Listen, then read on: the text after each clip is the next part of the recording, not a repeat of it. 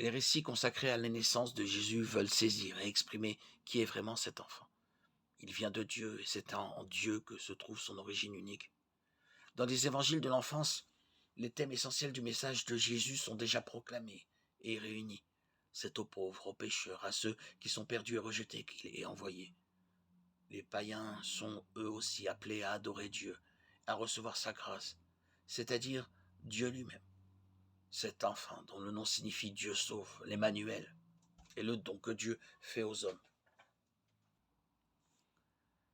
Telle est bien la foi professée par les chrétiens de tous les temps au sujet de l'origine du Christ. Il est homme, en tout semblable à nous, et il est le Fils de Dieu. L'enfance de Jésus se déroula comme celle de tous les enfants juifs. Ses parents le font circoncire, le présentent au temple et, quand il a atteint ses 12 ans, l'emmène à Jérusalem pour la fête de la Pâque. C'est alors, en cet événement si important pour un adolescent juif, qu'il devient clair aux yeux de ses parents que Jésus a un destin particulier, qu'il répond à un appel intérieur secret. Il veut être, il faut qu'il soit, aux affaires de son Père. Il ne veut faire que ce que Dieu veut. Il ne veut vivre qu'en conformité avec la volonté de Dieu. Il agit, et il agira toujours, non pas suivant les conceptions ou l'attente des hommes, ni même celle de ses parents, mais suivant la volonté de Dieu.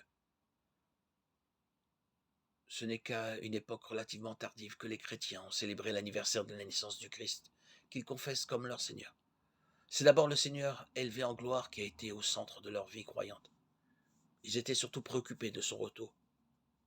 La fête de Pâques, où l'on célébrait la résurrection, était donc, comme elle l'est toujours d'ailleurs, la grande fête, la fête spécifique de l'Église, des chrétiens. La célébration de la naissance de Jésus n'a vraiment tout son sens que si l'on sait, si l'on croit que Jésus, Dieu fait homme, est le signe de l'amour de Dieu pour les hommes.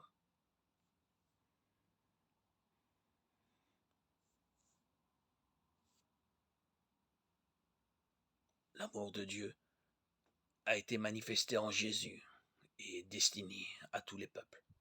Luc 2, 10.